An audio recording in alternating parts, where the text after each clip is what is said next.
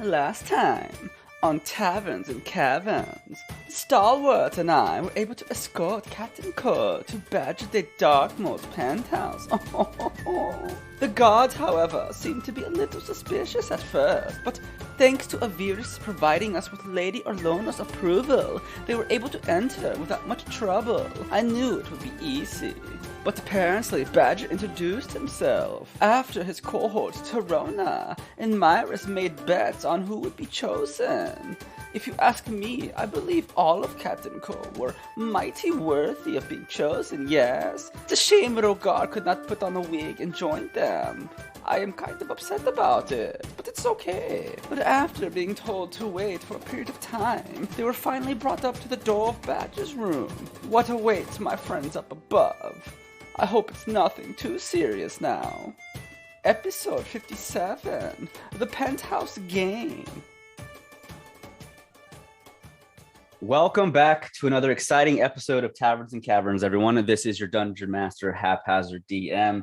And last time on Taverns and Caverns, the party had infiltrated Badger de Darkmoor's penthouse. If y'all remember, the four of them were able to enter disguised as people that were working, or entertainers, I should say, that are working for Lady Orlona, which is the lady in charge of the entertainers in Wolfpine that Badger normally trusts to send entertainers to his place with.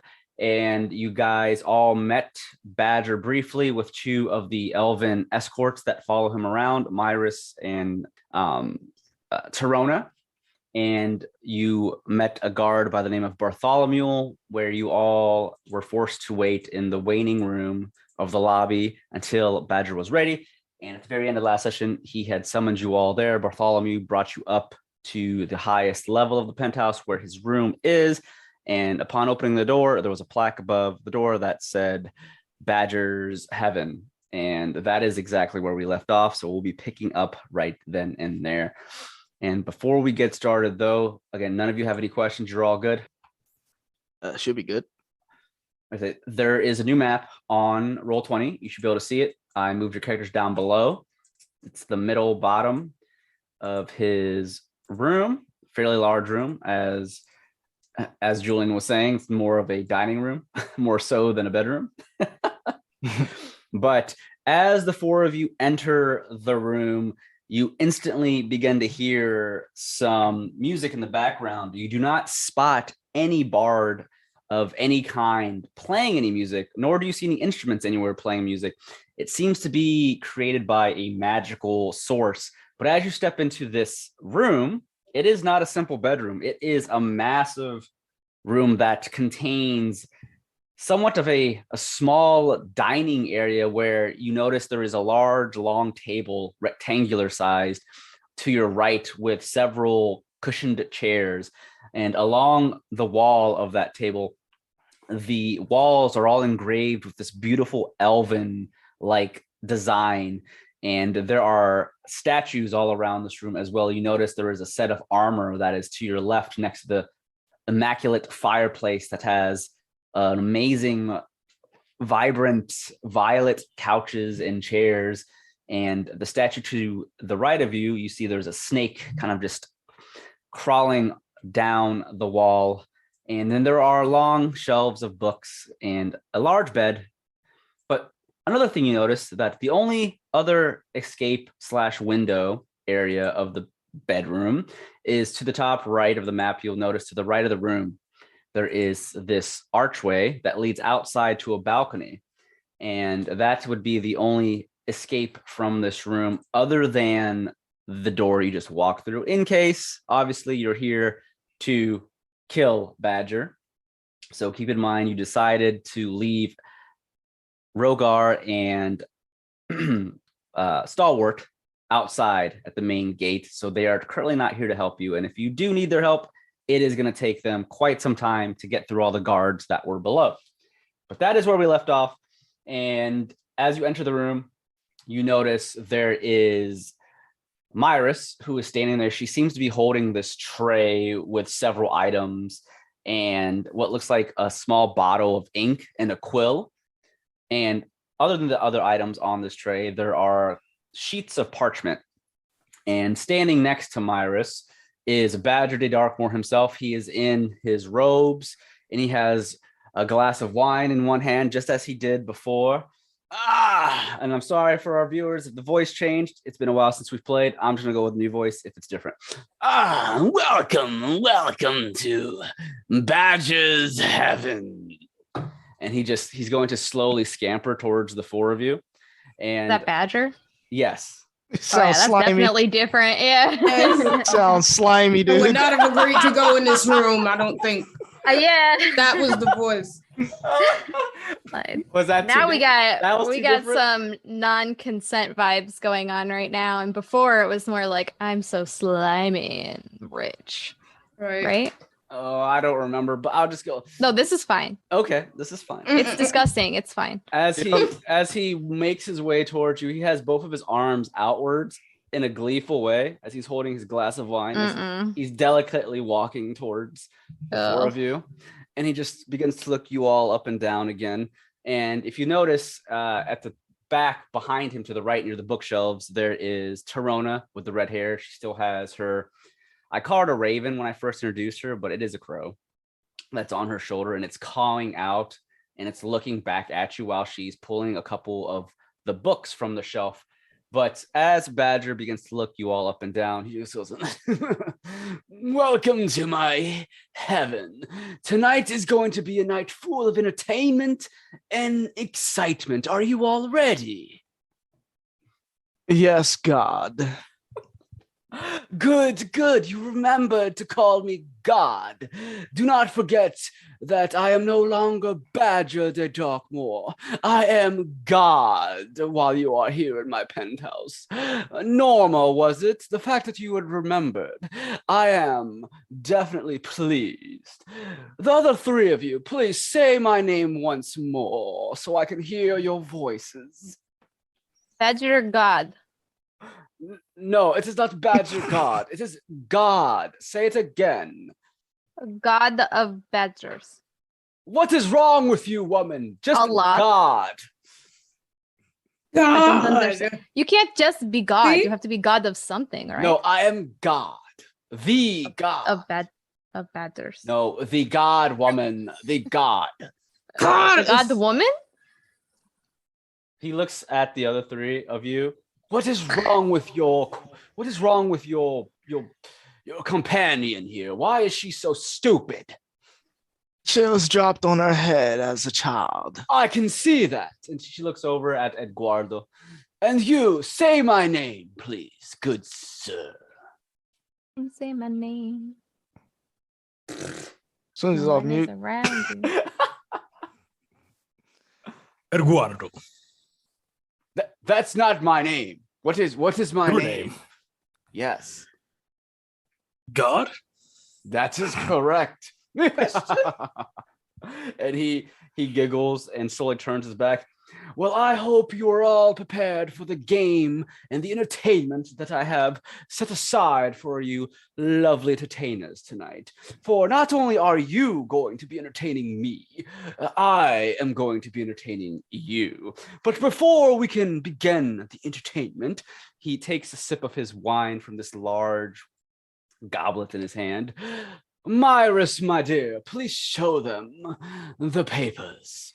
And Myris, she walks towards the four of you. And again, she has this tray in her hands. And as she's walking towards the four of you, Badger slowly refers to the quill that is in the bottle of ink. I have a couple of contracts for all four of you that you must sign. It is unfortunate that you have to do so, but I have learned the hard way that contracts are required for this entertainment business. So, if you all would please take the contract with your names on it and begin signing them, I would appreciate it. We'll start with you, Eduardo. Eduardo, you better read it this time. And Myris steps up to Eduardo first for you to sign the contract. Please, no dilly-dallying. Sign it so that we may begin the fun. Okay, let me read the contract. As you read the contract, it's a couple pages long, front and Damn. back.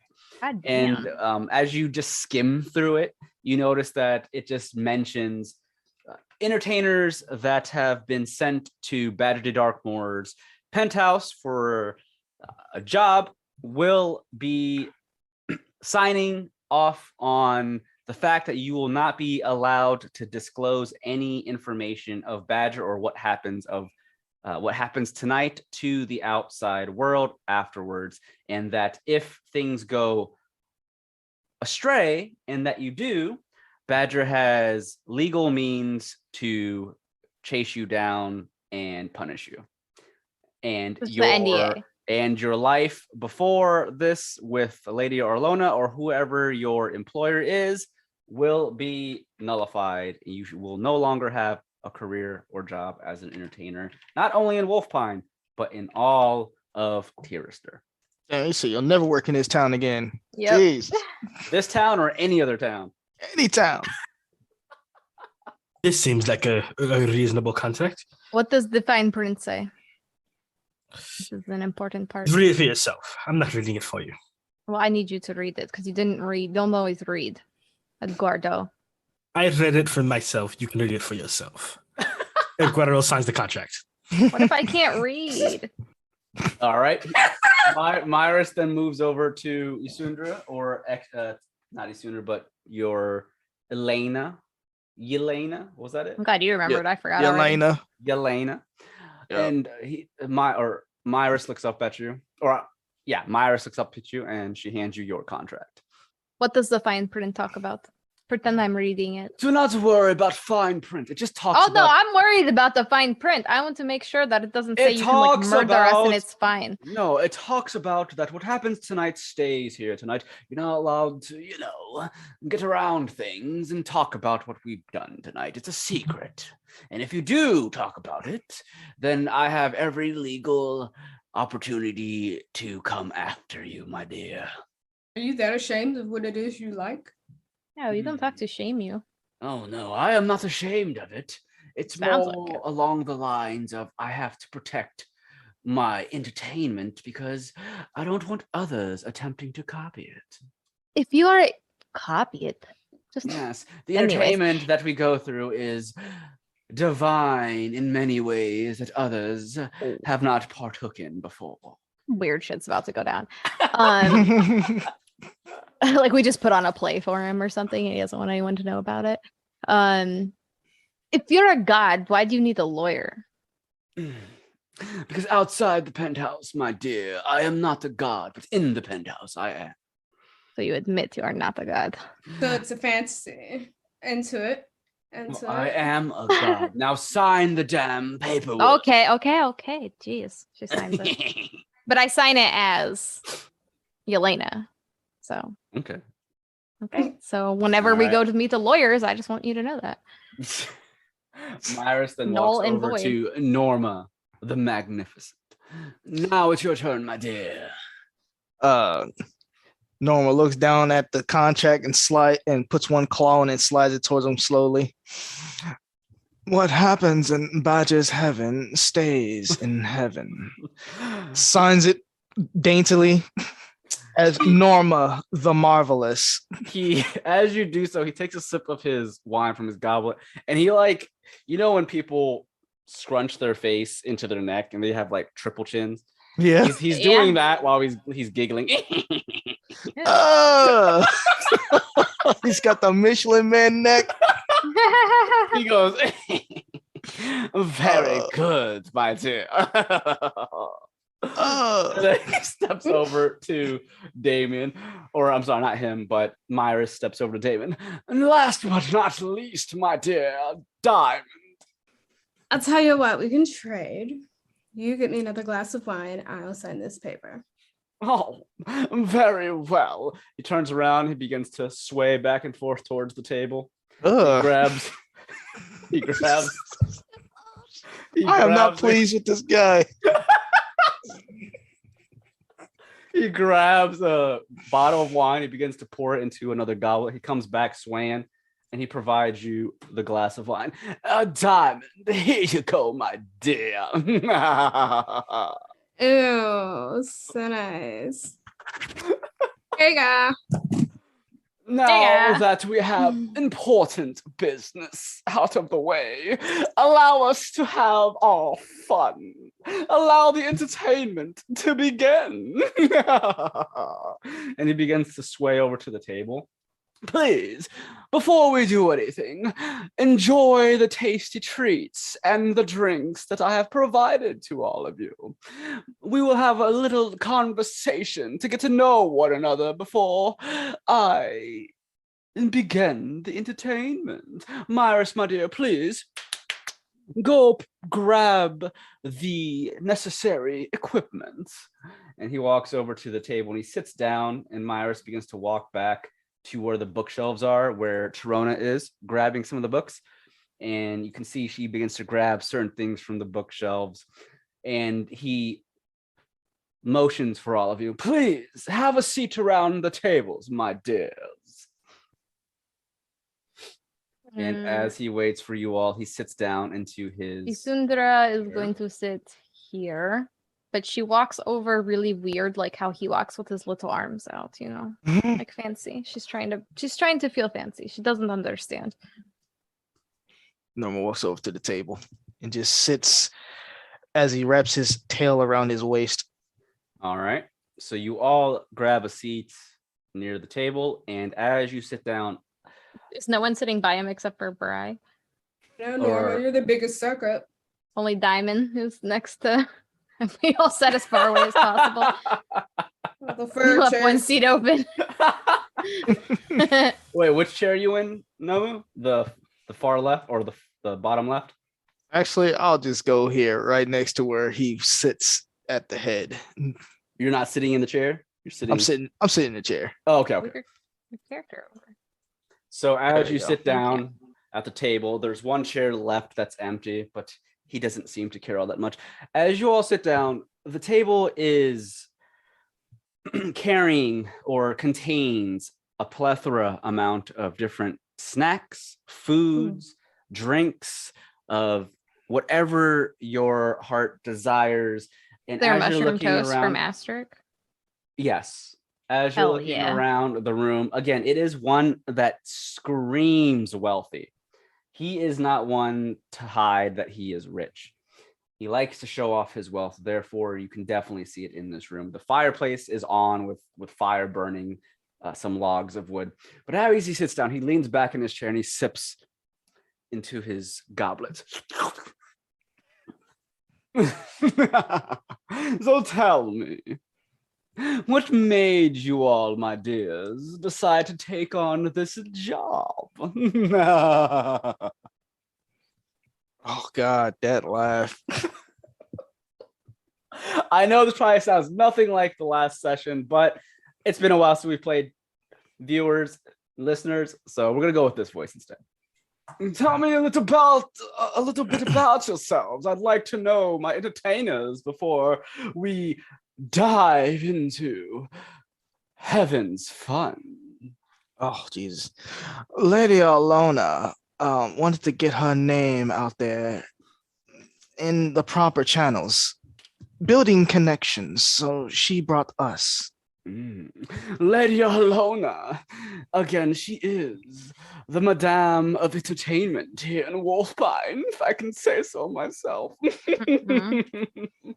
I do enjoy the tasty entertainers that she sends me from time to time when I do visit. Let me tell you, I have never been disappointed, so do not disappoint me tonight, my dears. Sundra coughs on her mushroom toast and she says, I'm sorry, that was disgusting. I'm sorry. He looks at you. What My was bad. disgusting? The toast? No, the toast is great. That's the best part, actually. Are you offending me, dear No. Elena? No. Am I? It sounds like you are. Norma, what do you think?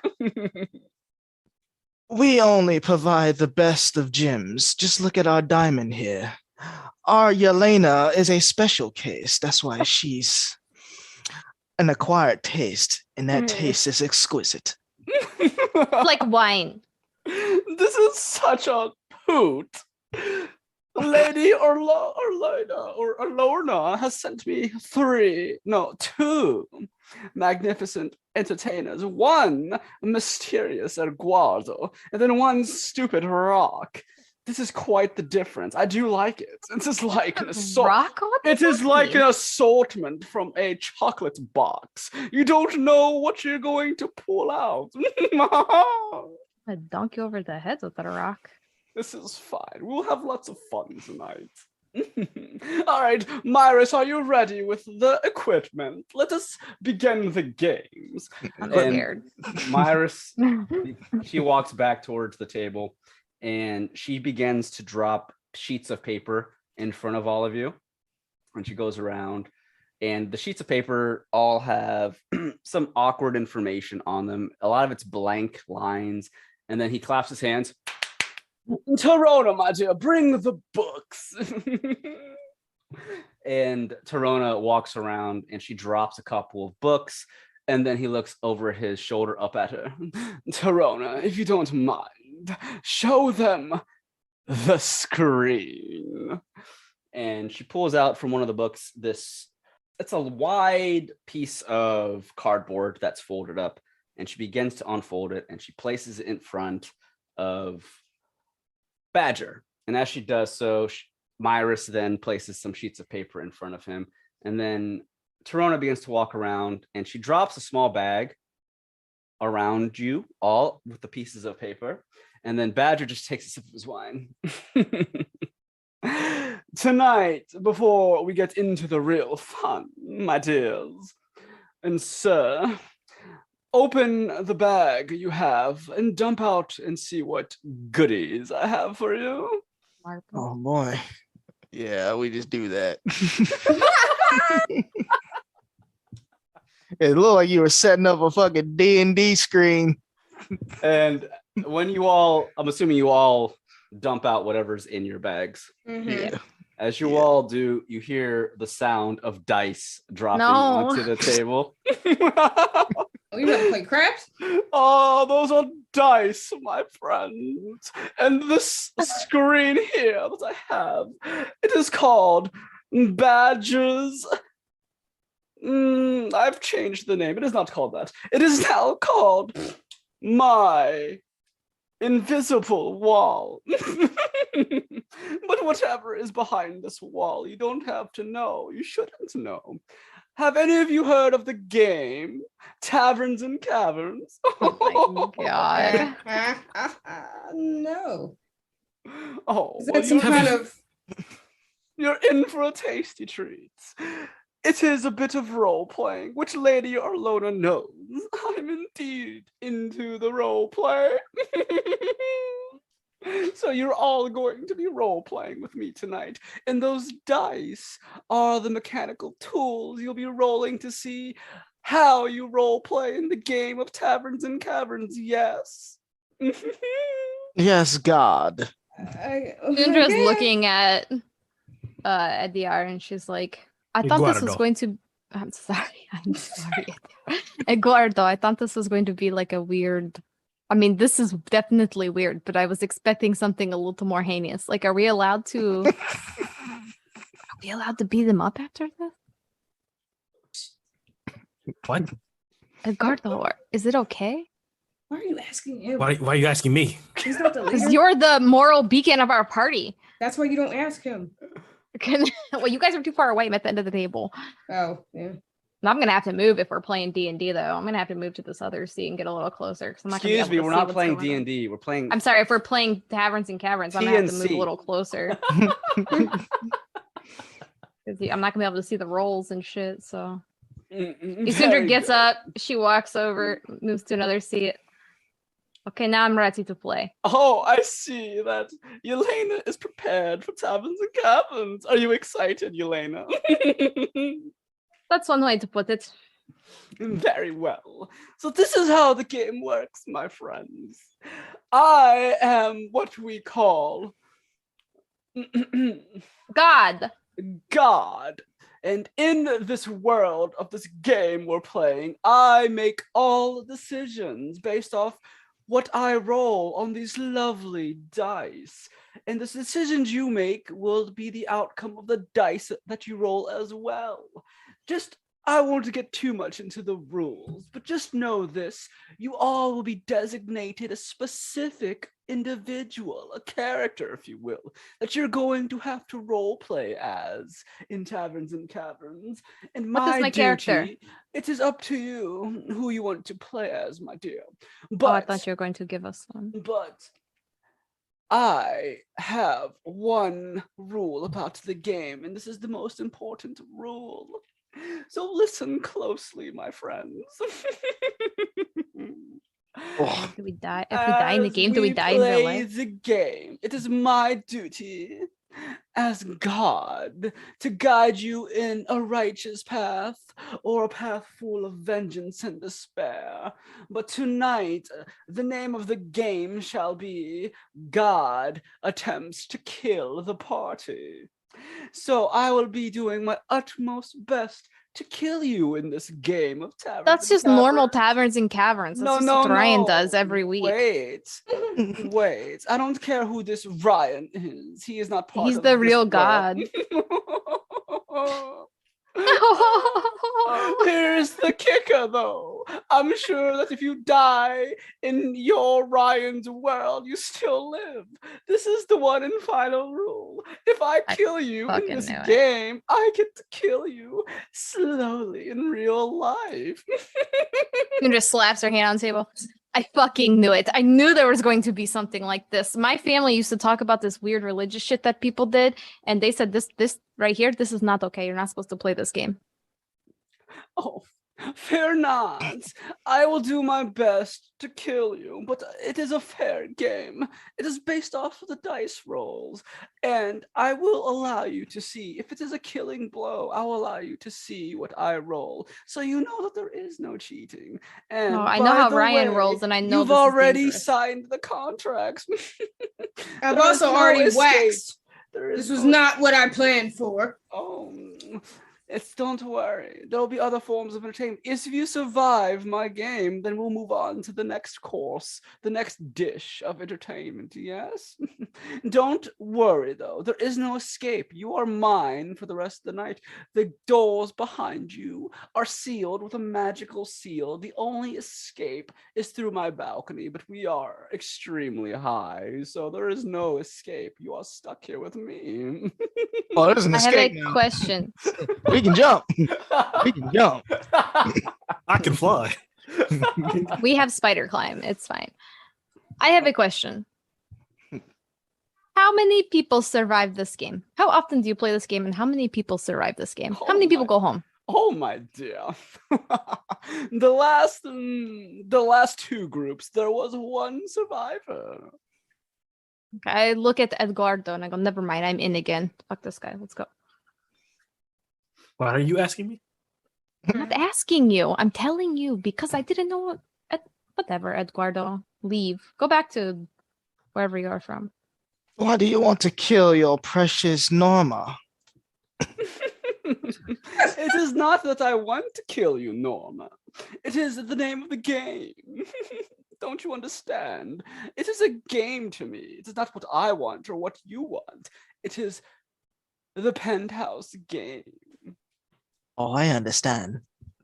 Bring it on. No pressure, no diamonds, bitch. I understand nothing. Let us continue.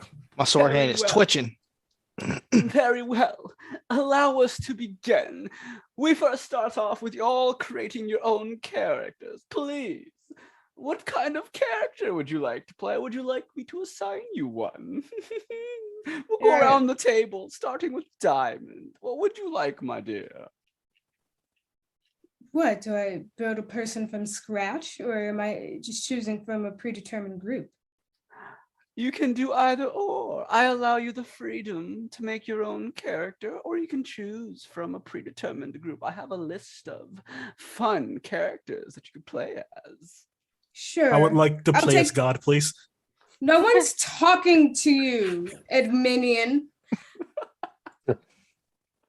Eduardo.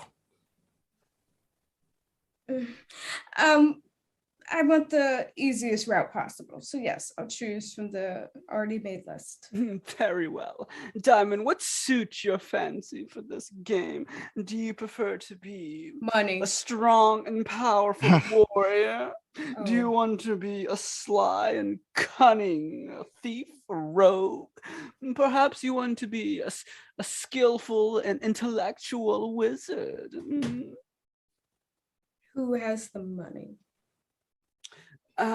If you want someone with the money, I do have a noble you can play as. More my speed. Life imitates art, imitates life, or whatever they say. Yes, me. Rich. Very well, he passes you a piece of paper. What This the is fuck your is this? This is your character. He is pre-made, and he is a noble of high descent. Should be Next, a piece of gold, but I'll take it. what about you, Eduardo? What kind of character do you want to play? I would like to play as a noble warrior, one who fights for many. Oh, you're one of those types, I see. Speaks of why you came here wearing armor and donning the armor. I like it. Very well. Do you want to create your own character? I do have a character pre-made in mind that would fit that boat. Remaking the character does sound fun, but we'll go with yours. Very well. He passes you a piece of paper. And what about you, Rock? What? Rock. Just playing with her dice. Rock, I'm speaking to you. I don't know who the fuck Rock is. You are now named Rock. Everyone is to address Yelena as Rock for the rest. No, of you are not. Don't listen to him. He's a fake god. He said so himself. You signed the contract, my dear. Yeah, I said that I will play. I didn't say you could call me Rock. That's not in there. You are supposed to abide with whatever God desires, and I desire for you to be called whatever. Rock. Oh You are dear! Tiring. Don't blow the mission. Stay in your lane.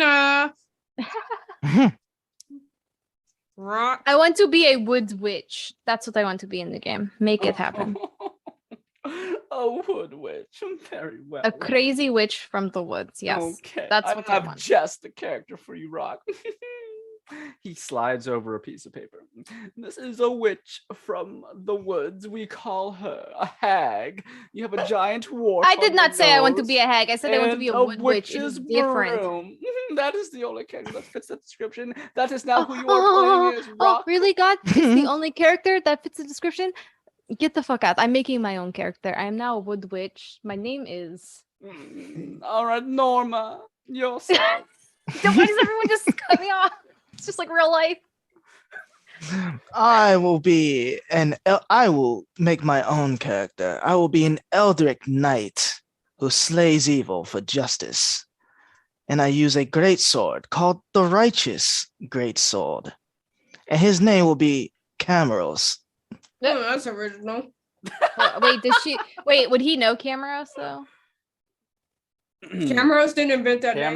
Cameros, technically, even though he works for Avirus, But he wouldn't know him. Yeah, he stays in the in Okay. the shadows. I didn't know if he was about to blow our cover or not. That boy will be sneezing right now, though. Meanwhile, Cameros at Avirus's mansion. Achoo! Oh, what was that? They must be missing me right about now. I'm sure that they regret bringing Stalwart along instead of me.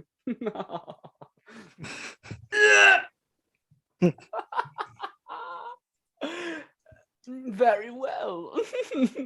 You shall play this warrior by the name of Cameros, then. Well, now that we all have our characters assigned, how it's going to work is I am going to describe a scene, and when you are in that scene, you must put yourselves in the shoes of your very own characters, and you have to act out what you do next based off some dice rolls. But we're going to skip the whole taverns part of the game and go straight to the caverns, if you do not mind. I do mind. What are you trying to? You skip half the game. You brought us here. What the No, hell? we are going to start this nice game off with all of your characters already knowing one another. You are all a part of that lousy adventurers guild that I despise so much.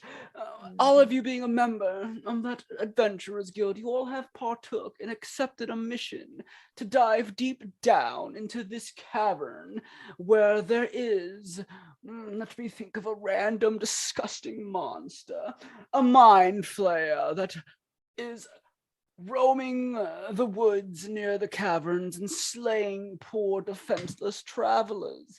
You have been assigned by the Adventurers Guild to slay it. What is our level?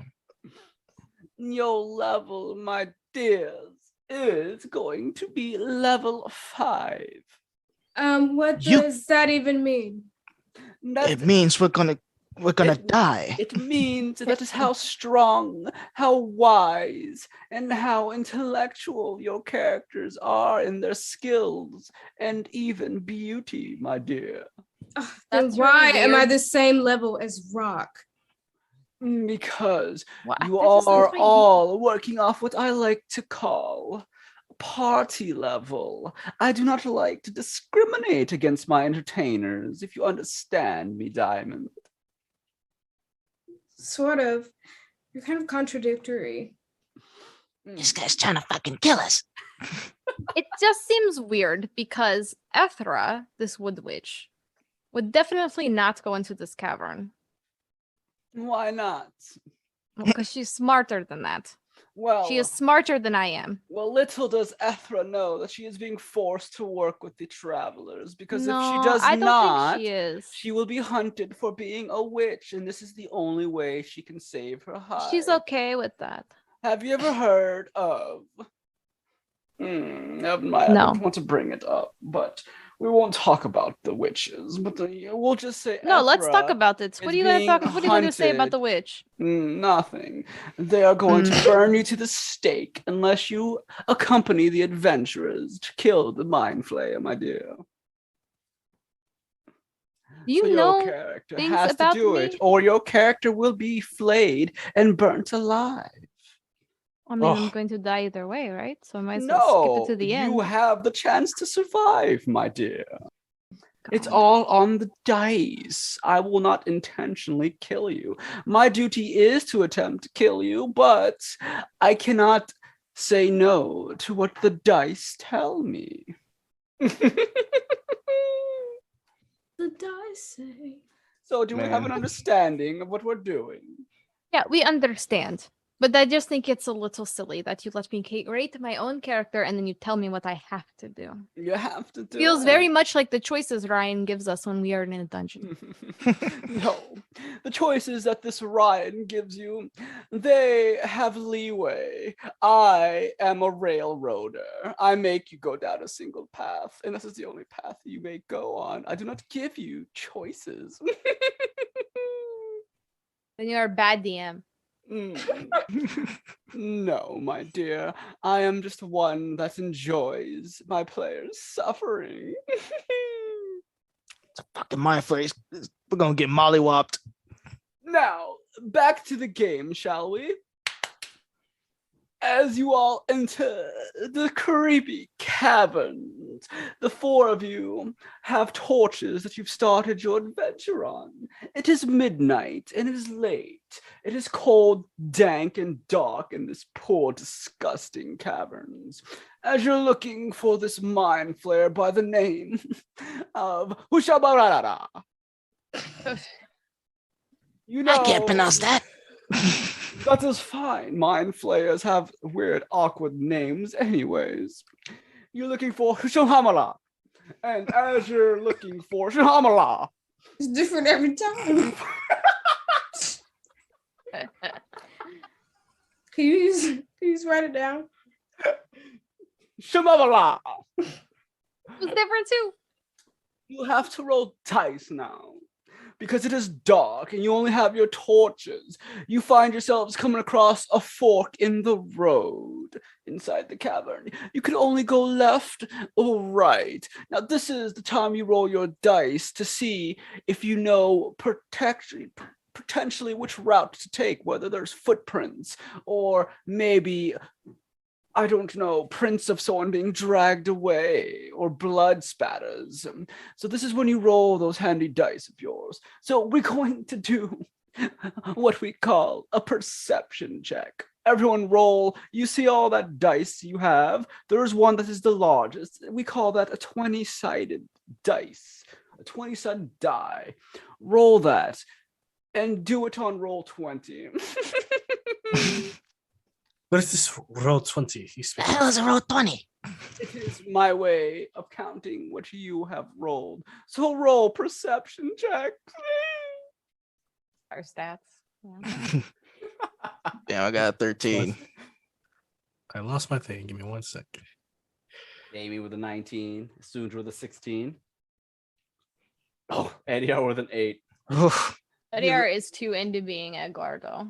He looks at all of your dice rolls. Oh, it seems like the noble was the one that rolled the highest, followed by the witch, which I am not surprised. You are, Ethra, in your home, per se. This is your environment, dark, dank caves, you damn witch.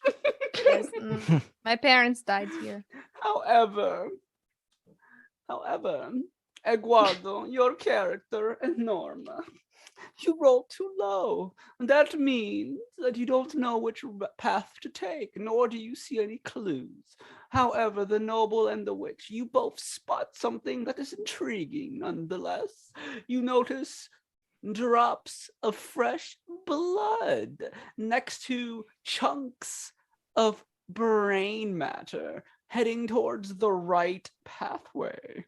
What do you do, my friends? Go toward the left pathway.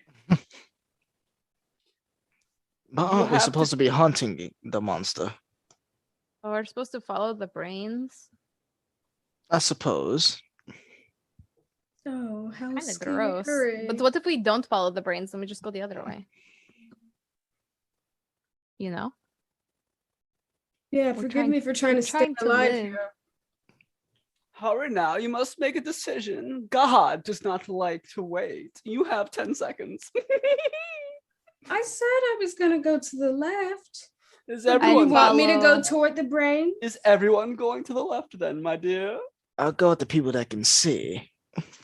Yeah, I See. guess we'll go left. See. Okay. As your party travels down the left path, you ignore the blood spatters and the chunks of brain matter. And as you continue a couple of minutes down the deep cavern, you find yourselves across another large opening. And this opening has a pool of water standing there beside you. And as you're walking and inspecting this dark cavern, my dear Ethra, I need you to make me a dexterity saving throw. So go ahead and roll that beautiful 20-sided dice of yours. Hmm. An 18. That is a great roll, my dear. And as Look you at make your God. dexterity saving throw, this creature jumps from the lake near you. And what jumps out at you is something of unspeakable horrors. It is what we like to call here, as you all possibly do not know, it does exist in our actual world. It is what we call a remoraz. Oh, what? Oh, remoraz. It is a huge monstrosity. This creature, bug-like, dives from the water, attempting to bite you, Ethra. But fortunately, because you rolled such a high dexterity, you're able to trip to the side, unintentionally dodging the bite. But as it does so, its tail swings and attempts to strike you, Eduardo. What is, if you look at your piece of paper, there is something called armor class. What is your armor class? Armor class, you say? Just go off your own armor class, Edeyar. 21. A 21. Indeed. Now I must make the deciding factor of my roll. Oh, well. He takes another sip of his wine and he pushes his chin back into his neck, making the several chins again. He looks up at you, Eduardo. I'm sorry, my dear friend. And he just chuckles and he begins to rub his belly. Oh. I rolled this. Oh. He pulls out his 20-sided die and he shows it to you. It is flashing red. Yes. No, it's not. It is a natural 20. It is a Did you critical, actually roll as we that? call it. It is a critical. Did I actually roll it? Of course I did, Rock. What kind of question? You do not Like if I go in that question. room right now, is it blinking? We are not in a room. Do not think about what Ryan is rolling. It is me, God. That is the game master of this game, dear. Eduardo, your character, I rolled a natural 20. Which means that you are indeed going to get hit by the tail of the Remoraz. As the Remoraz smacks against your armored body, the Remoraz does have an ability that even in this world that we live in called heated body. It's able to heat its body to a strenuous amount of powerful flames. And as it smacks up against you, Edeyar, I have to roll some more dice. And let me roll what we call damage to see how hurt you are. I'm rolling dice. I love rolling dice. Oh, interesting. I rolled a total of 56 damage. Eduardo, how much HP does your character have? 69. 69 damage. Interesting. So you are not dead. Exciting. You're making me crave death even more. You avoided the one-shot kill. I am getting more into this. Now, that was the Remoraz's turn. You all have a turn now, so make your order. Who wants to strike at it first, or are you going to attempt to run away? We should escape. Yeah, I feel too pretty to be fighting in that kind of transfers. So is the party going to run away? Yes, I have nothing to prove to anyone. This is a game. So, if you all begin to run away, I have to warn you. The Remoraz is a huge monstrosity, bigger than an ogre, bigger than an iron golem, one size category larger than a giant. Therefore, as you're running away, it gets to attack one of you as a free action, a reaction as we call it. Keep that in mind. Do you still wish to run away? If he's only going to attack one of us. Weak. Ethra would like to hit it. She ain't got time for this shit. Athra, you go and shoot your magical powers at the Remoraz. What did you roll, my dear? A 19. That is very high. That definitely hits the damn creature. That's 12 damage. Ew. You see he leans down, he grabs a piece of paper and begins to write in his parchment with his quill. 12! That is a lot of damage, my dear. It looks like you shot another magic beam at the creature. I get 2 beams. Well, unfortunately, Rock, Ethra is not going to hit with the second beam. That is your turn. The other 3, what will you do? Oh, that looked kind of fun. I want to try. Okay. Let's see what I can do.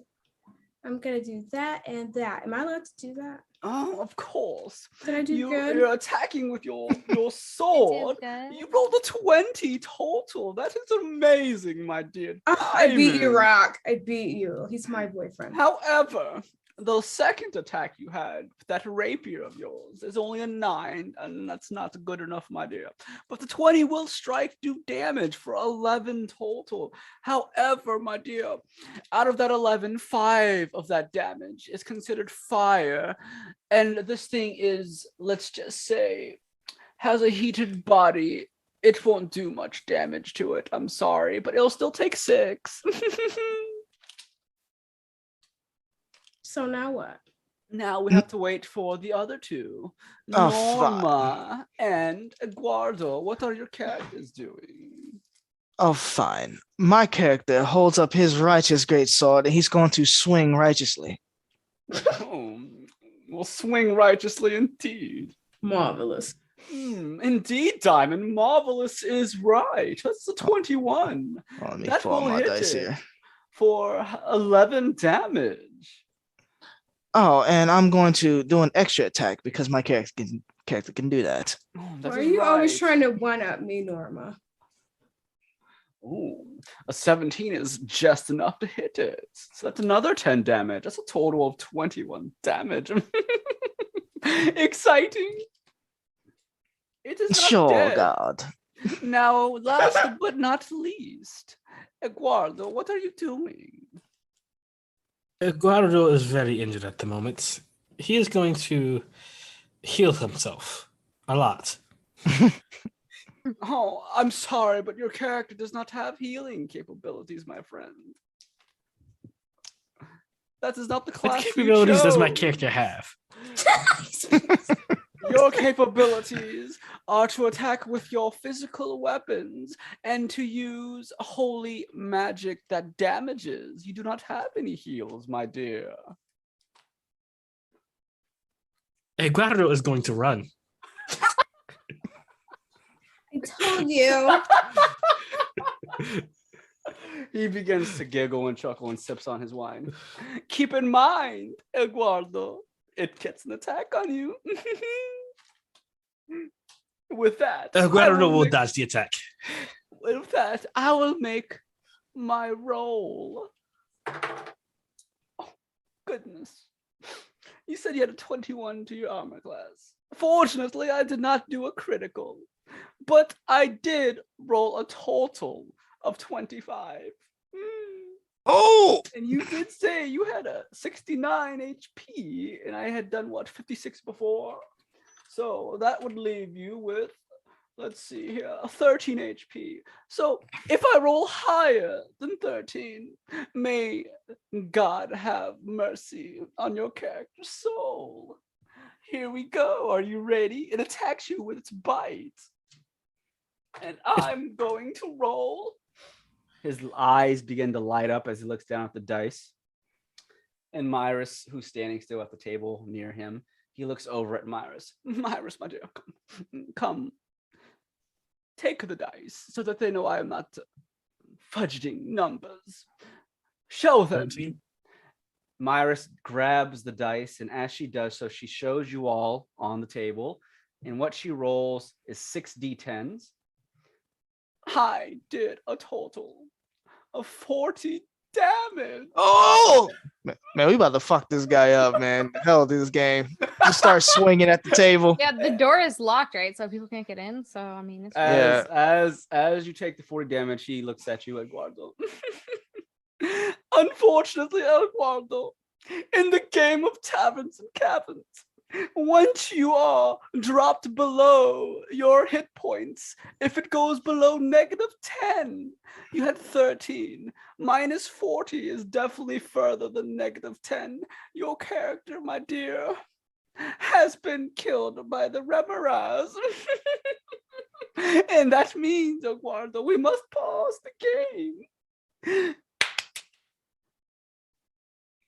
It is time for the feeding. Oh, hell no. Nah. Oh, hell no. Nah, we swinging, buddy. No, we swinging. Eduardo. So there's 2 people in this room, right? That we got to defeat outside of the main guy. Yes. Eduardo is going to cast banishment on the closest one. That isn't the All main right, guy. so we have to roll initiative. 1 second. Oh, hell yeah. All right, 1 second. Nah. All right, so roll initiative, guys. We are now going into battle. My goodness. Oh, I forgot to select my token. I'll add it. Rob, my goodness. What, you don't like Badger? Hell no. He said, let's commence the feeding. Oh, hell no. He ain't mean The that. feeding. You about to eat his ass against his will, not on my watch. Nah, not here. Right, I'm the one that whacks my shit. And he getting his butt ate? No. Initiative. All right, so we have These are Edeyar jokes. with a 14, Nomu with a 22, Damien with a 21, and Isundra with a 6. I have to make some rolls. All right, we have Badger. I'll make a roll for Badger. And he has a 13. And then I have to make a roll for Elven Women. Elven women. And they rolled. All right. So the turn order goes as Nomu, Damien, Myris / Torona, Edeyar, Badger, and then Isundra.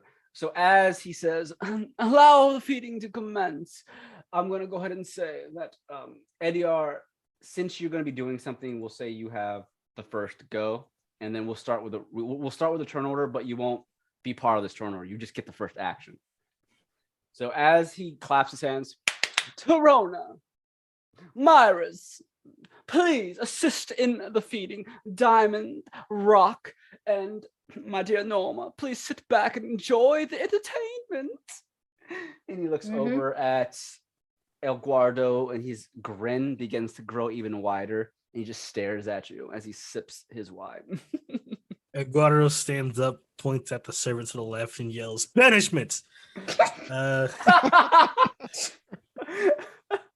You gotta make a charisma saving throw. Beats a 15 CDC. I rolled. It says charisma. I rolled 15 plus the charisma, so it's going to be over 15. Also, you rolled a 15 plus your charisma. Okay. Yeah. Right, I don't want to tell you what the the total is because I don't want you to know what they're. So nothing happens. He just screams banishment. Right. That's Is that all you do? Basically, yeah. Okay. As you scream out banishment, Myris looks up at you because that's the one that you attempted to banish. The blonde elf looks at you, standing next to Badger, and Badger looks at you. You can stop role playing now. The feeding commences. All right, let us get down to the boogie woogie. Now we'll do turn order as Myris and Torona begin to walk towards Edeyar. Nomu, you have first in the turn order. You have the opportunity to do something. All He's right. not expecting you guys to do anything. He thinks you're gonna allow him to do what he's gonna do. Nomu's gonna slide across the table like 007 in front of Badger here, and he's going to swing as hard as he can. Actually, I'm gonna use a cantrip. It goes with my war magic. Yeah, I'm gonna use Blade Ward. Wait a So he minute. traces this, huh? You guys came in here with your weapons, like hidden. Oh, they were in Edeyar's bag. Oh yeah. So I dumped my bag. Okay, I was gonna say you don't have your sword just yet, Nomu. Oh, okay. Well, I'm still gonna use Blade Ward. I trace a symbol in front of his face, and then I flash yellow, and then I'm going to use my war magic, which is I can make a weapon attack as my bonus. So we're using cat's claws. Okay. Nice. So, Scratch that bitch face. all right. Wink, wink. So you rolled an 11. An extra attack. All right.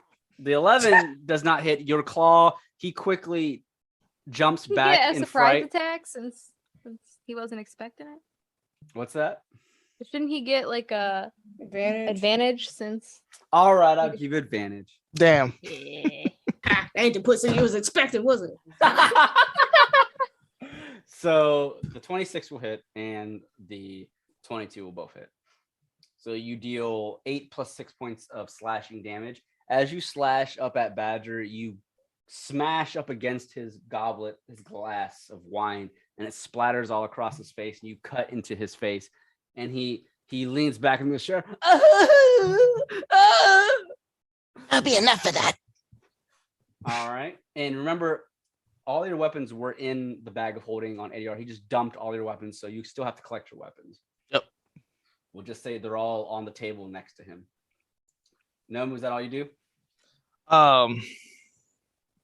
Unless I can grab my weapon.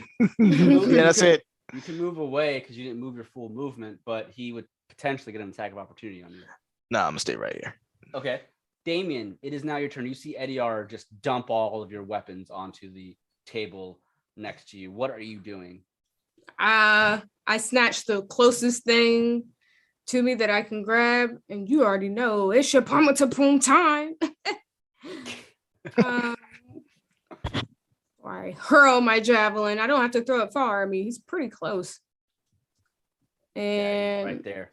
Yes, so you have to make a dex saving throw of 14. If you make it, you take half damage. Okay. I rolled a 13 plus his dex, so he would make it. So half damage. All right, so what? 12 plus 9. Oh, it's just a 9 because you rolled a. Oh, gotcha. I see that. Yeah, Okay. Yeah. So yeah, it would be a 9 points of damage.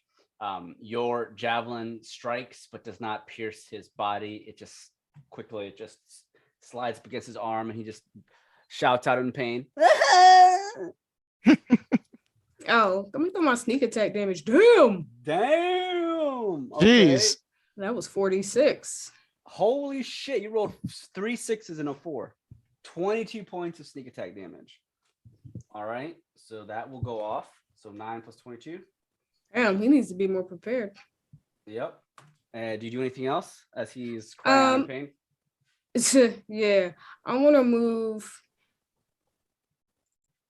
a little further away here, and as a bonus action, I would like to give, who's next? Isundra? Yeah, Eddie already had his action, right? I'll give Isundra. Yeah, that was my advantage. Yeah. So Edeyar is next. Yes.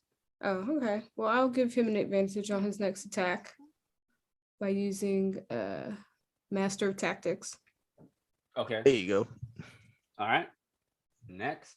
Edeyar is going to grab his shield, slide across the table, and then he's going to use, let's see, where'd it go? I just had it. Inflict wounds at level 3. Okay. So, Inflict wounds at level 3. let's see, that's All right. A 24. And you said you're attacking Badger with it? yes. All right. So move your Damage for character. that. Because I think you have to touch attack. Yeah, it'll slide across. Okay. Oh, you're attacking Myrus or Badger? Yeah, Myrus. Oh, okay. A 24. Let me double check to see if that hits. It does. Damage will be 20 points of damage. All right. As you inflict wounds on Myrus, she looks up at you as I'm assuming you just grab her arm or whatever, her wrist, and you send what kind of damage is inflict wounds? Is it necrotic? necrotic. Okay. So you send the necrotic damage through her body, and she just looks at you. And as you do so, her beautiful exterior begins to shift slightly. And you what you spot is a quick glimpse of something much different than what she looks like now. But she shifts back into an elf. You're not sure what you saw, but she just glares at you as her eyes glow red, and she snarls. Damn, is that what happens when you grab a bitch by the wrist? Damn. Badger is now up. He is going to scream out, Myrus! Tarona, get them! And he falls back into his chair, stumbling. I'm gonna make an action to disengage. And that means Nomu, you won't have an attack of opportunity because that's his action. It's disengage. He falls back into his chair and he rolls up onto the ground, the carpeted floor, and he's going to use half his movement to get back up. and he begins to rush towards the balcony. And as he does so, his robes come undone, and he's just like swaying towards the balcony as fast as he can. Ew. Lose. His robes come undone. All right, that's all he can do. That was his action. So Isundra, you're up. Okay. Isundra is going to be. Oh, actually, the elves didn't go. They had the turn next after Damien. I didn't have them go. Oh. Okay, my bad. So let me go ahead and have them go. Myris and Torona, they begin to shift oddly as if they were changing forms. And what you see next is Torona walks up behind Myris and grabs onto her shoulders with both hands. And you see that both of their bodies begin to join into one another, shifting and creating a blob-like creature. And as they continue to shift, you notice once the blob-like creature expands, it soon begins to crack. And inside this blob-like creature, a demon or devil shows its face. And this devil-like creature has red blackish wings with dark armor that's trimmed along with red coloring. And this is a female devil. She looks fairly humanoid. Her face looks of that of a human's, and she does have still a beauty about her, but on her body she has this long sword that is engraved with a sigil that is glowing red, and she snarls at Edeyar. And as she does so, she is going to strike at you, Edeyar, with this long sword. For Edeyar, she's going to roll. That is going to be 22. It's And the next one is a 23.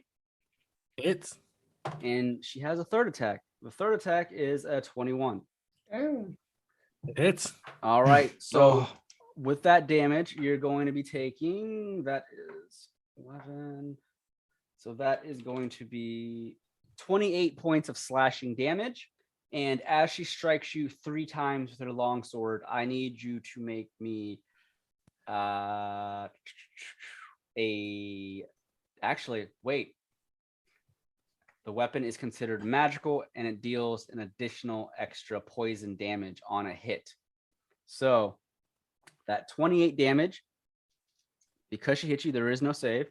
You automatically take 20 more points of poison damage. how much is this total? 48. Let's see. And I'll just use Tyronus's avatar. 48 total points of damage. 20 of it being poison, the other 28 being slashing damage.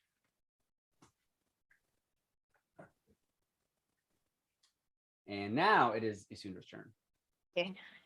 Isundra is going to move like here. I think that's okay. You move towards the couches and the fireplace to the left.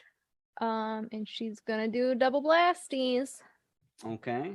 Big surprise. Wait, hold on. Maybe I'm lying. Just kidding. I didn't lie. Oh.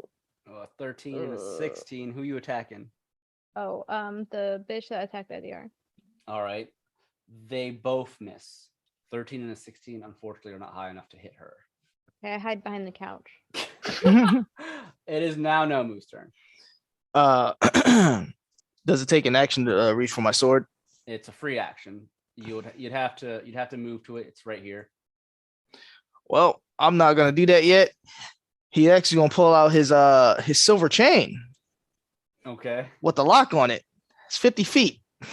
Where do you think you're going?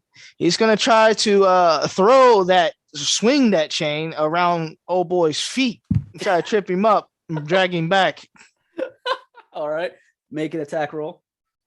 Strength check or just make an actual attack roll to see if you actually hit him, and then we'll do the checks. I guess we'll go with the claws. Ooh. Okay, so you roll a 20. So the chain hits his feet and they begin to wrap around it. So now you roll your athletics and it will be against his athletics or his acrobatics. All right, I rolled a 17. Damn. Oh, you got 13 acrobatics. Okay, so the chain hits him. It doesn't do any damage, but it wraps around his ankles and it almost trips him up. But he goes, and he's able to stumble out of it. Damn it. All right, that's when he moves back here and grabs his weapon. Okay. It is now And- Damien's. Oh, sorry. Yes, it. Okay, Damien, it is now your turn. You see that Edeyar has just been struck 3 times by this demonic devil-looking woman. What do you do?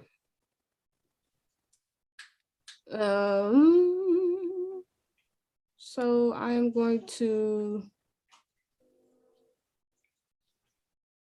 go and heal Edeyar with my one more greater healing potion. So wait, what's your HP at? I mean, I know it's low, but 21. is it 21? Yeah. Oof. Oh, okay. Yeah, have one of these greater healing potions. Shall, thank you very much. 44 plus 4. 44 plus 4 so that is going to be, well, you rolled an 11 on the first one, and I'll say plus 4 to that, so 15. Okay, and that was my action, yeah? Yes. Or okay. I am going to disengage. Okay. Uh, So we're gonna step away. yeah, just so because she's really close. Yep. Okay. All right. So as you move away, it is now Torona/Myris' turn again, because we skipped her on accident last time. But she looks at you after you heal Edeyar, and she just grins.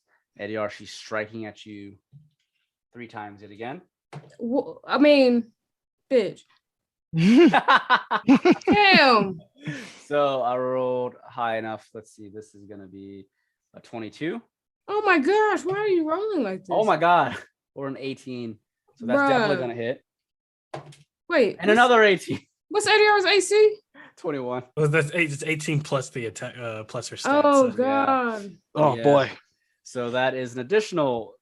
So another 3 attacks on Edeyar. Edeyar, you will be taking my friend. That is going to be. So that is 13 points of slashing damage plus the strength. So 13 plus 12. That will be 25 slashing damage. And you get poisoned. And the poison damage will be 15 poison damage. So 25 plus 15. Oh my goodness. What a bitch. Well, I'm down. Oh, Oh no. I'm down. Oh no. Okay. As she strikes you 3 times, Edeyar, she slowly pulls her blade away as your blood begins to drip down it. And as she does so, she begins to lick her blade, and she speaks out in common. The feast shall begin this night. That is her turn, and she looks at the next individual that's closest. Is between Edeyar and Nomu. It is now Badger's turn. Well, Edeyar, it's Edyar's turn. So Edeyar, I need to make me a death saving throw. Roll me a d20. Let's see.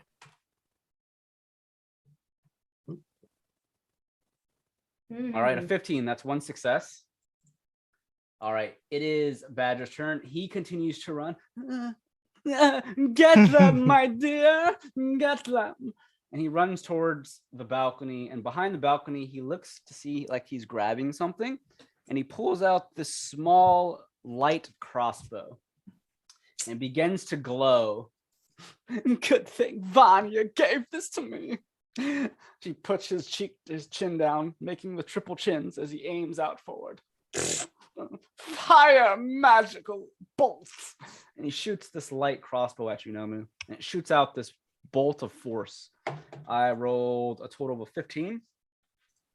Miss. All right. It shoots and goes right past you and slams against the elven wall behind you, bursting the wood. And after that, it is now Isundra's turn. If it's like a cone, if I'm like here, does this hit Edeyar? Yes. If I go like here, What's the cone's radius? Feet. it's a 30-foot cone. 30-foot cone. It So doesn't say. if you stand here, it would technically miss Edeyar because it starts with her and then it goes out. I'd say it would miss Edeyar because that he's also on the ground unconscious. I don't want to kill him. Yeah, you don't want to do that when he's unconscious. That would really kill him. Yeah, don't do that. Nomu's sweating over here. Nomu's mad.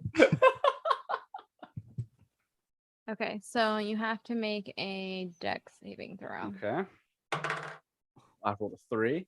I'm assuming that's a failure. Yeah. Good. So on a failed save, a target takes 5d8 force damage and is pushed 20 feet directly away from me. Okay. 20 feet. I'm trying to get okay. her away from Edeyar, basically. That would be 20 feet. So you push her away from Edeyar. So go ahead and roll that damage to see how much she takes. And I can do an additional, so it's 68 because of the level. Is it just force damage? Yeah. Okay.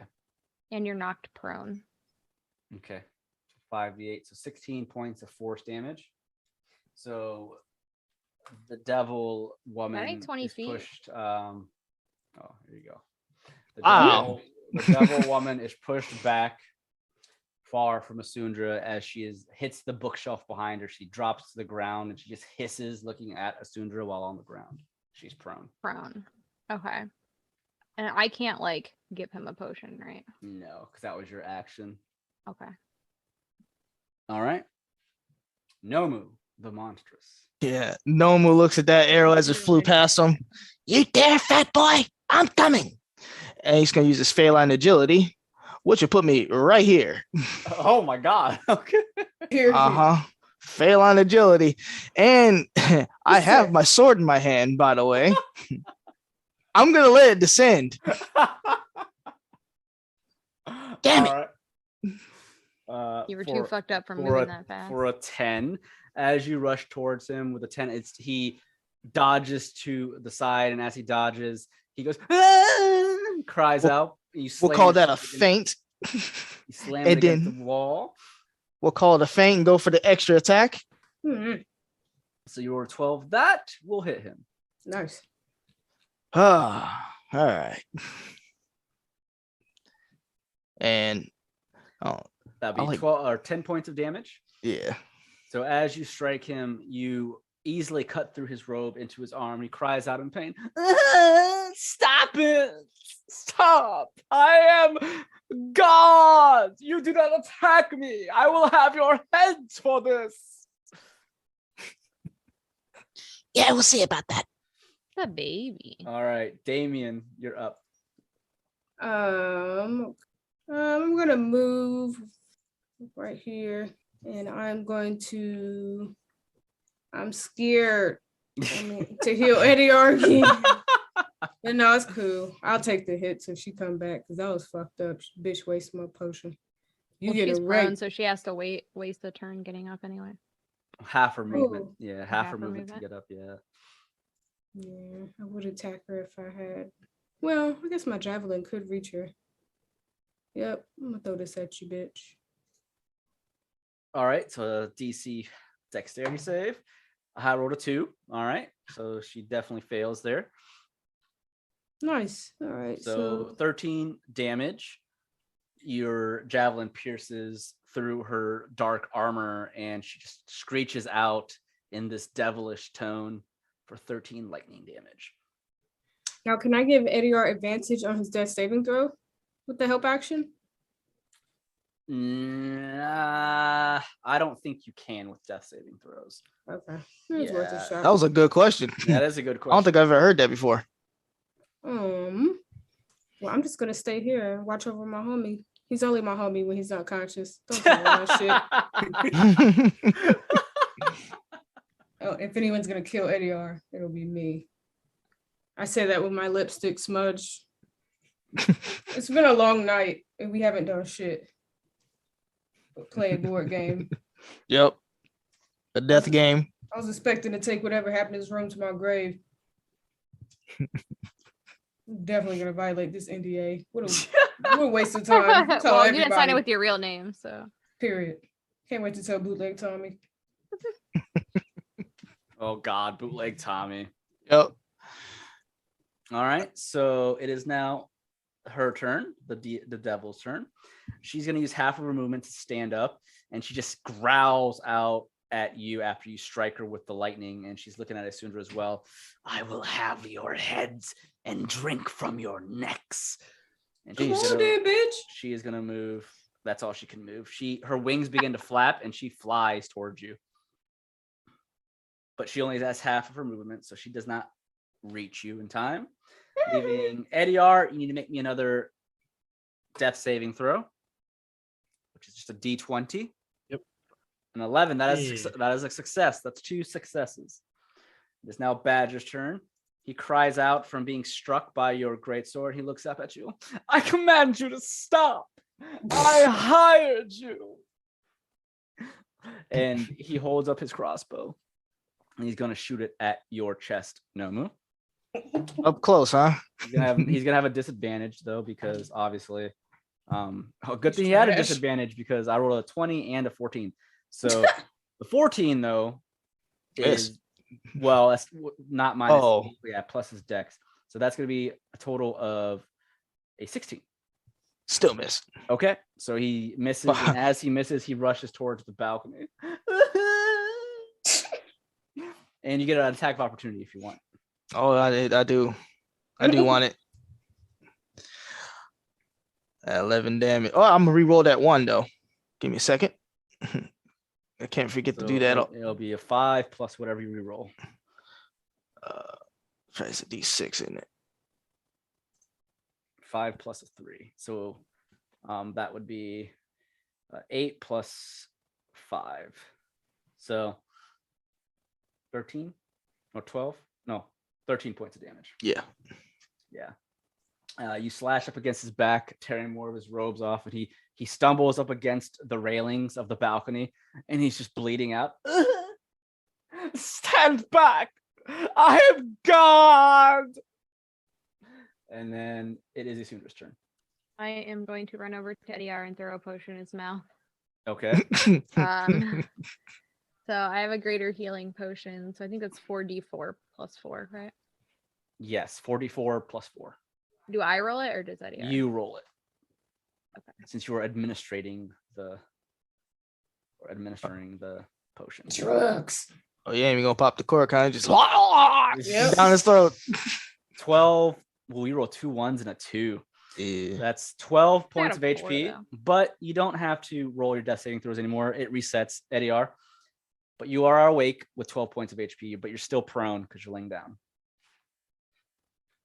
Slumped over a chair. Yep. Do you move anywhere else, Isundra? Yes. Okay. Oh, you move up towards the devil, the female Mhm. devil. And okay. Good decision. As you do so, she looks up at you. You dare knock me down. You will pay. Can I do it again? Fap out. All right, Nomu, you're up.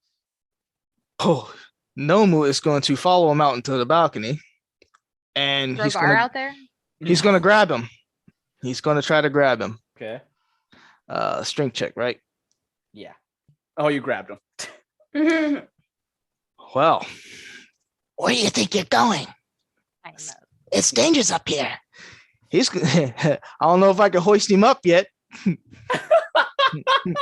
but I'm gonna be hoisting him up. All right, you hoist him up. Or are you trying to intimidate him? No, Are you dropping him? I will be. Oh. Okay. So All you see is rain hitting his back. It don't even have to be rain. You see rain anyway. It looks intimidating. A storm begins to brew as thunder strikes and lightning comes crashing down in the courtyard of the penthouse behind Badger. You said it yourself. We're up very high. You should be more careful. He's gonna hold him over the precipice. As you do so, he yells out, "Wait! I'm a rich man. I can give you whatever you want. You stupid devil, come and save me!" Hey, devil! Yeah, you, ugly! Stop what you're doing, surrender yourself, and leave, or this fat bastard gets it. Got it? She turns over to look over her shoulder. And she just looks at you for a hot moment. She doesn't do anything because it's not her turn. So, So I'm gonna hold him over the precipice for my turn. All right, Damien, you're up. Oh, don't try to break out either. All right, I'm holding him over it. Don't break out. All right, he's hanging. He's hanging. He's for his hanging. Life. His ass is being shown to whoever's below. All right, Damien, what are you doing? Well, as Isundra gets all up in her face, and she turns back around from looking at the balcony, disgust, I charge in and go in with my rapier and short sword. X Factor. You already know what it is. You already. Oh, that's 2 crits. 2 with that sneak attack damage. 2 crits. Oof. Because you do have advantage because of Sundra being right there. Mm-hmm. So for the first crit, that is 24 piercing damage. And then your second crit is going to be 14 points of damage. Unfortunately, she is immune to fire, so your fire does not affect her. But that's 24 that makes plus sense. 14 plus an additional 14 from your sneak attack. As you begin to pierce through the parts of her black armor, she hisses out in pain and growls at you.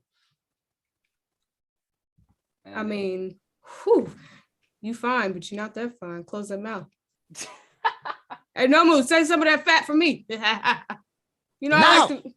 I like the dark meat. as she Give me the back of the knees.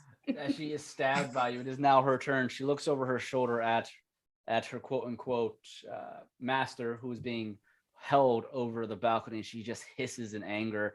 And as she does so, she does have a bow on her. She's going to turn slightly and use her bow. She switches to her bow really quick and turns her back to the two of you. She doesn't seem to care about the two of you right now. She shoots her bow towards Nomu. I'm going to make a roll. All right. And as she does so, Badger's hanging. Help me, you stupid devil. This wasn't part of the deal. And as the arrow goes piercing forwards towards you, Nomu, as it looks like it's about to hit your head, it goes to the side and it pierces him directly between the eyes. Oh. And as it does so, Badger just quickly moans out very briefly. And as he does, his body goes limp. And Nomu, just like Vanya, his body slowly begins to disintegrate into thin air. And soon enough, you see his very own soul, his spirit, be ripped from his body as you just hear, not like this, no. And soon his body or his spirit is yanked into what looks like a tear in reality, and his body just disintegrates into thin air. And then So you kill stealing, bitch? the demon devil lady, she looks back at the two of you We better get and she drops her bow, holding onto her longsword, and she just gives you both a grin. I was promised a feast tonight, therefore I shall feast. It is now Edyar's turn. Ugh, you were gonna eat Edeyar? She like dark meat too. I'm a holy man. Ain't that like bad for indigestion or something like that? Right. She enjoys killing holy men. Well, this holy man's gonna get onto his 2 feet and then cast Spirit Guardians. Okay. So she should be. Actually, let's check the range. How do I do that again? Oh, there. Yep, you're within 15 feet of me. So she has to make a wisdom saving throw, Okay. which will be a 15 to beat. Oh, well, I already beat it because I rolled higher than 15. I rolled 16. So you take half damage, which will be half of 3d8 radiant damage. Okay.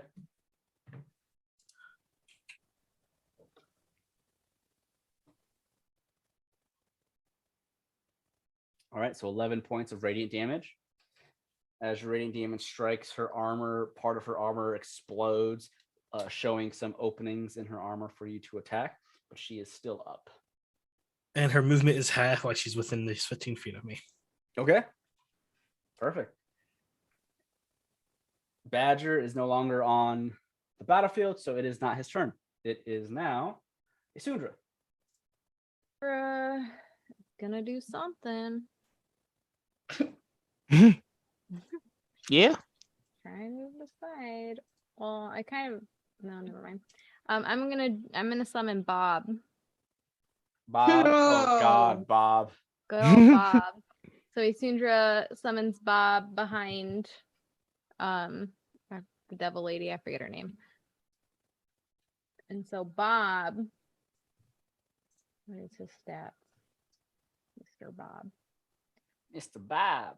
Mr. Bob. Yeah, so he gets his own whatever stats, and he gets to go after me. Okay.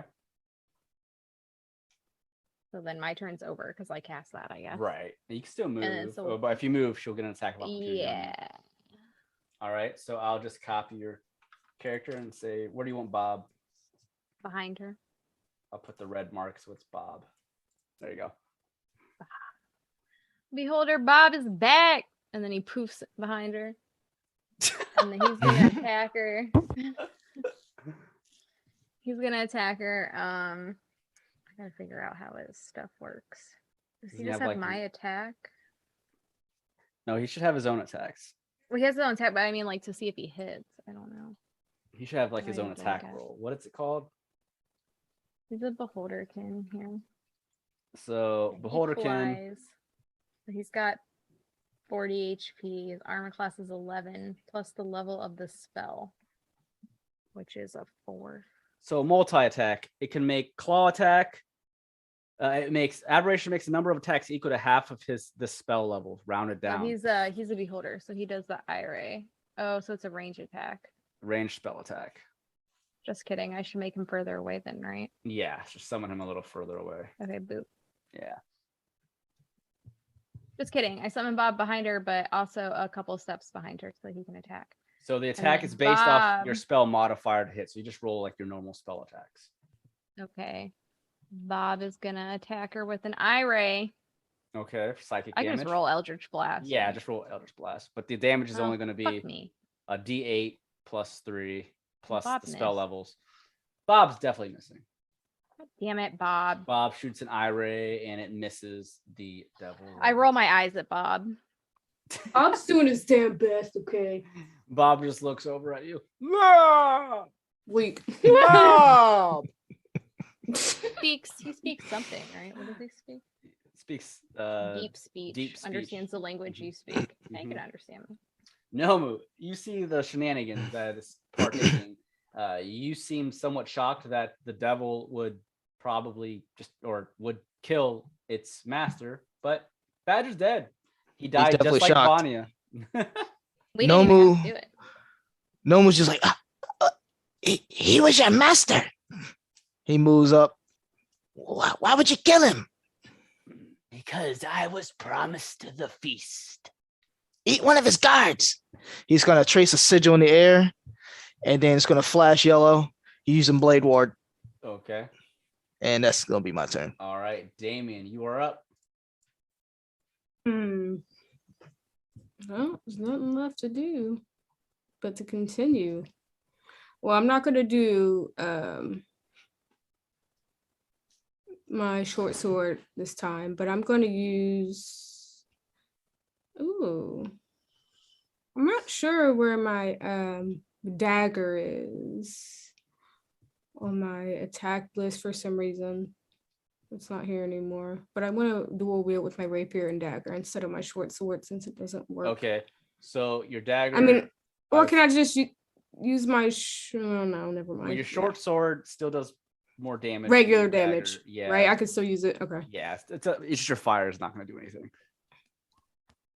All right. So you do get a sneak attack still. So the 15, unfortunately, does not hit with your rapier, but you stab at her with the 17. And as you do so, I'm going to make a reaction. She has a reaction she can provide. She is able to parry a melee attack against her once, one melee attack. And when she parries, it adds +4 to her AC. So she deflects both of your attacks. Well, she deflects the short sword, and she looks at you, hissing. Okay, bitch. She only gets one reaction though per round, so she's gonna do that once. Okay. Well, I'm gonna stay my ass right. What? Yeah, I'm gonna stay right here. All right, so it's her turn again, and she's looking around, and she just growls out at Isundra, still mad at her, but she's also pissed at Damien for the 2 crits he had gotten on her. She swings her. She act like she didn't feel the shit. She swings her longsword at you, Isundra. That's a 22. Oh, you would think that would hit, except I'm gonna use Misty Step. Ooh. So As a I vanish in a reaction? puff of mist. Yeah, in response to Damn, her. Felicia gets smart about this shit. She said, "Nah." That's why I got up in her face because I was like, okay, she's gonna go after Edeyar if we don't get in this bitch's face. So I'm gonna teleport up to 60 feet. So I mean, I don't know. That's basically this whole room. I'm gonna go behind the bed. Okay. Childish. And I remain invisible until the start of my next turn, or until I cast a spell. Okay. All right. So as she goes to slash at Isundra, she misses. She just growls out, "What the fuck?" And she turns to the only person next to her, and it's Damien. So she's going to strike you with the last 2 attacks. Come on, bitch. That's going to be an 18. Does that hit? Yes. Okay. And- So that's an 18, and then the second one is a 21. All right. So for one of those, I'm gonna use my uncanny dodge to half the damage. Okay. So the first damage you'll be taking is going to be 10 points of slashing damage, but then you also take poison damage of 7.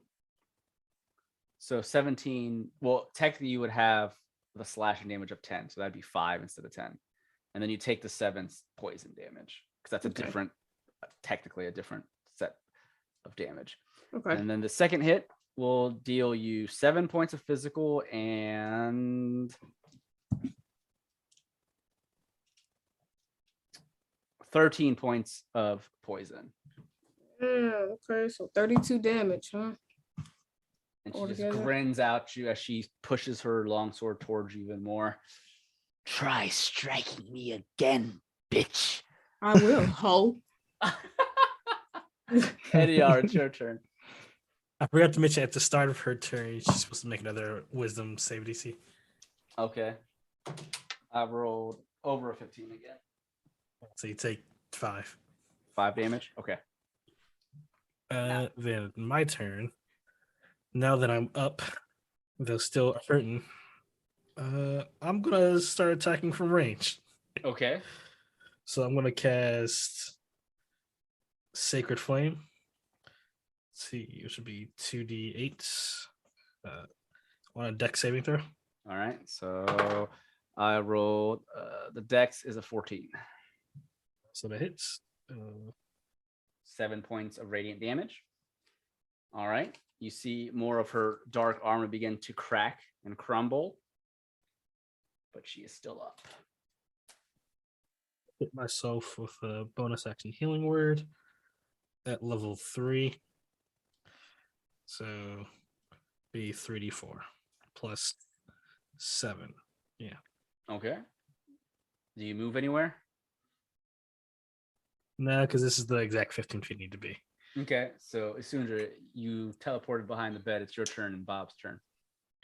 I'm gonna use Eldritch Blast. Those both hit. I get double beams. Damn. Yep, 23 and a 20, so a total of 19 damage altogether. Oh, pow, come pow, wow. And then that's all I got. All right, so all your I can do. beams Now strike it's up Bob. against her side, and Bob's turn. Go, Bob. Come on with it. You got a 20. 20 will hit. Jeez. So then his eye does.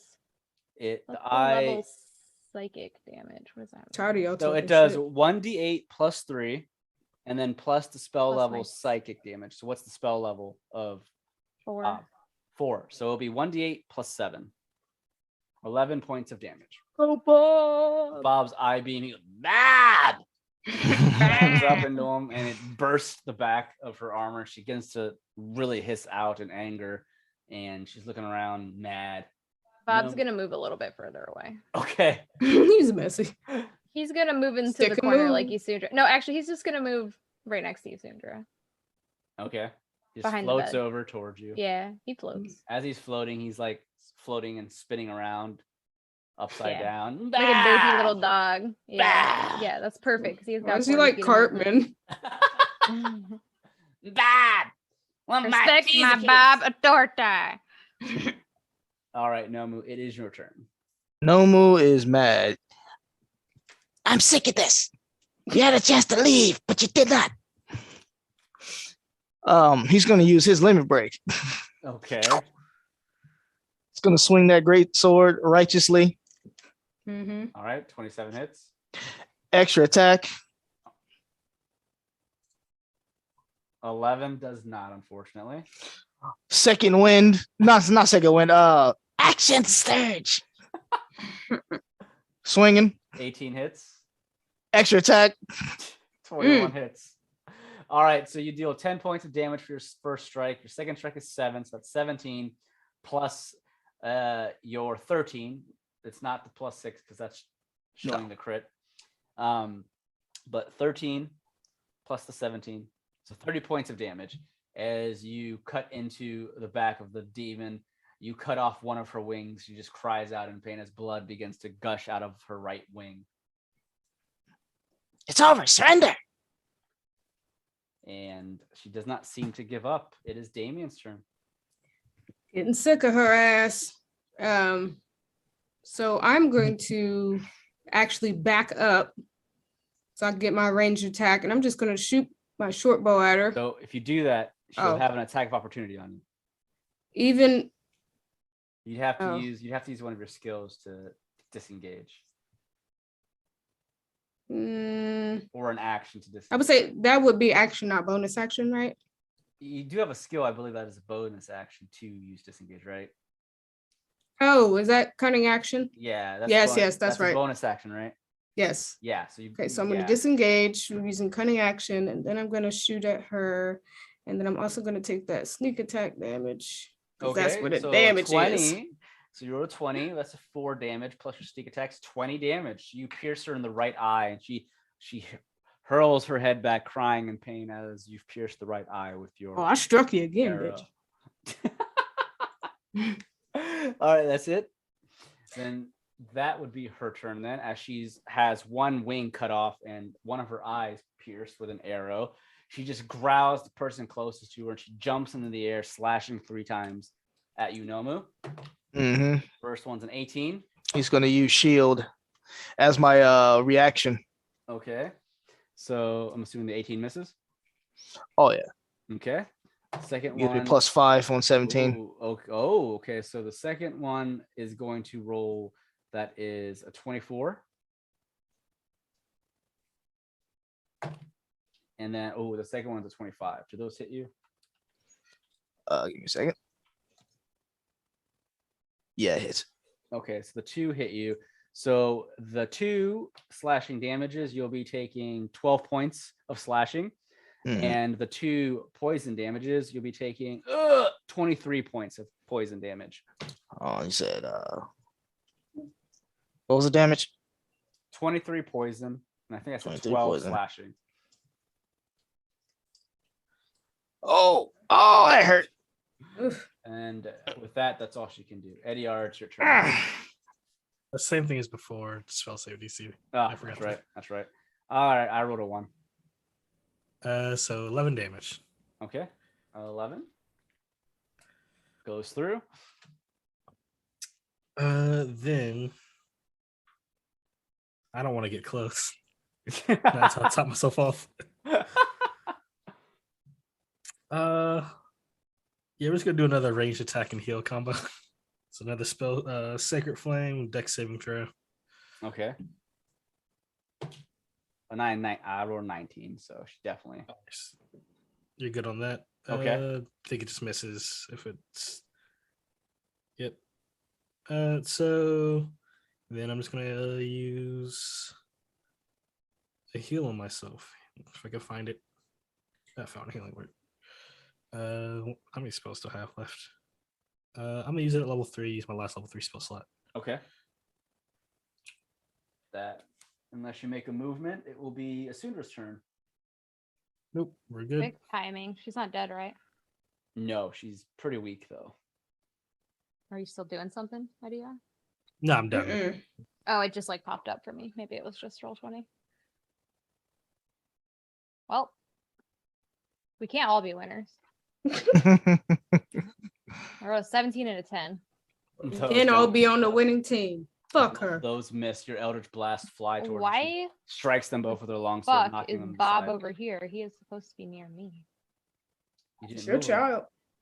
I can't move him, can I? Yeah, you can. Oh. My bad. Sorry, Bob. I thought only you could move him. All right, well, let's see if Bob can hit something. Bob. Nope. Bob rolled a 10. Felicia got too hyped off, or Isundra got too hyped off the last attack, and now she's just gonna suck ass. Do you move anywhere? All right. Nomu. Nomu is hurt. He's like grabbing his side and he traces a sigil in the air. You already know what it is. Blade Ward. Blade Ward. And he's going to give it his go. Give it all he got. 11 does not hit. He brings the sword back up for that extra attack. 18 will hit. Oh, yes. So 18 will deal the 13 points of damage. Yep. And as you do so, she moves to the side and you cut off her other wing as she screeches loudly in your face. Yeah, back at you. Damien, you're up. Still alive, eh? I'm in her face now because I could see how weak she is. So now I'm acting like I'm tough shit. I'm just gonna stab straight through with my rapier. I'm trying to end this. Oh, that's a crit. And end it. So that's 16 points of piercing damage. And your sneak attack is 10. That's 26 total. Nice. She not dead? Nope. Fuck. You still have your short sword. I know, but it's just failing me, as you can see. As I can see, the 16 unfortunate. As you pierce her with a rapier, it does dive through her skin. You pierce her through part of the broken armor. And as you pierce her skin, you get this feeling that your rapier is just not doing as much damage as it should be. You're not striking in the vital points that you think you are. And she just looks up at you in anger. How dare you? I'll have your head on this blade, so I'll drink from your blood, and it shall be divine. Well, that's the first thing you've been right about. It is divine, but if you were going to drink my blood, you would have done it by now. You're weak. And he shoves her, but he moves back. That'd be an attack of opportunity, though. That's fine. I feel like she's not winning this fight. All right, I rolled an 18. Does that hit you? Ew. Yeah. Bitch. That will be 8 points of slashing damage and 12 points of poison damage. So 20 points total. Ah! I was playing with it. She slashes Edeyar. you against your chest, cutting deep into your chest with her long blade. My bra! Edeyar in this shit. I am over it. Rice is everywhere. It is now her turn, and she looks at Nomu, knowing he's weakened, and she gives you a grin as she's panting heavily. She slashes down once, and that is a 22. Does that hit you? It does. All right. I'm going to actually do my damage first, because I don't know if this will knock you out or not. It's going to take half. All right, so the first damage is slashing damage for 8 points. So 4. And then you take 8 points additional of poison damage. The poison damage is 8. Yep. Are you knocked down? No. He strikes you at again. Oh no, that's a natural 20. Jesus. All right, so the first, we'll do the physical. So that is a 6 plus. So 6 plus. Down. That's a 12 slashing damage. Down. You're down? Yeah. Okay. Even with half of that, it still took 6. She cuts Edeyar down with her longsword, and then she grins, and then she slowly looks at Damien. Edeyar. Nomu. I'm sorry, Nomu. I rolled an 18, so she moves up towards you, Damien. So whatever her strength is plus the 18 is definitely going to hit you. Damien, you'll be taking 8 points of slashing and 13 points of poison. Oh, I'm down. And that's her third attack. As she cuts through Nomu and Edeyar, she begins to laugh and cackle. 3 more to go. Edeyar, it's your turn. All right, I'll make that. Need to end this. Forgot about Bob. I gotta make that wisdom saving throw, right? That is a 10. Is that still on her, Edeyar? Yeah. Okay, so I failed. So you take where's my tab at? 12 damage. All right. As she takes 12 damage, she drops to a knee. She's hurt. Edeyar is gonna run up on her. I will end this. What is the best spell I have? How dramatic it was, and then he's like, Right. what am I That's gonna the do? best spell I have. It's very I'm low on spell slots. Okay, I'm using my level 3s. I thought you had I a know. plan, man. very anticlimactic. Damien's picking up Zero rice. plan. I will end this. Oh, what am I gonna do again? Inflict wounds. All right. Edeyar enchants his mace with inflict wounds and then swings at her. Okay. Go ahead and make your attack roll. You better hope it hits, my friend. Because she's gonna go all out here. She's not playing around. She's about to die. Level 2. 22 will hit. This will be 4d10. Yeah. Hi, bitch. Woo! 31 points of necrotic damage. All right. How do you kill her? Oh, yes. Edeyar swipes his hand over his mace to enchant it with inflict wounds. Does an overhead swing and bashes it into her skull, watching the necrotic damage flow through her, Oh my god. God, slowly dang. degrading her body as it swings through. As Edeyar finishes his follow-up swing, all that's left is dust. Jeez. She screams out in pain. No! And soon the room is emptied with just Bob, Isundra, and Edeyar conscious, Nomu and Damien lying there bleeding out. And we will say that ends this episode of Taverns and Caverns. My God. Edeyar went wild. That bitch was banging with us. Thanks again, everyone, for listening to another episode of Taverns and Caverns. This is your Dungeon Master, Ryan, at Haphazard DM on Twitter. That's where you can find me. And you can also follow some of our other players. Hi, everybody. I'm Felicia. I play Isundra, and you can follow me on Twitter and Instagram at Dagger Tribal. And I'm Bri. I play Damien and Desiree. You can follow me at Blaze_NBK on Twitter. That's my new name. And Instagram is just BlazeNBK, no space. I'm Julian, also playing Edeyar. You can follow me at JWPlay0 on Twitter or JWPlay0 on YouTube. I'm Robert Jones, and I don't have social media, but I am on YouTube. You can find me at TrueBone. That's TRU Bone. I make simple videos by putting video games to movies. All right, awesome. Blood and bone. That's all I thought about. That's our players. Again, thank you for listening, and you can follow us again on Twitter at Taverns Caverns. Cool, and that's it. See you guys next time. All right. Yeah.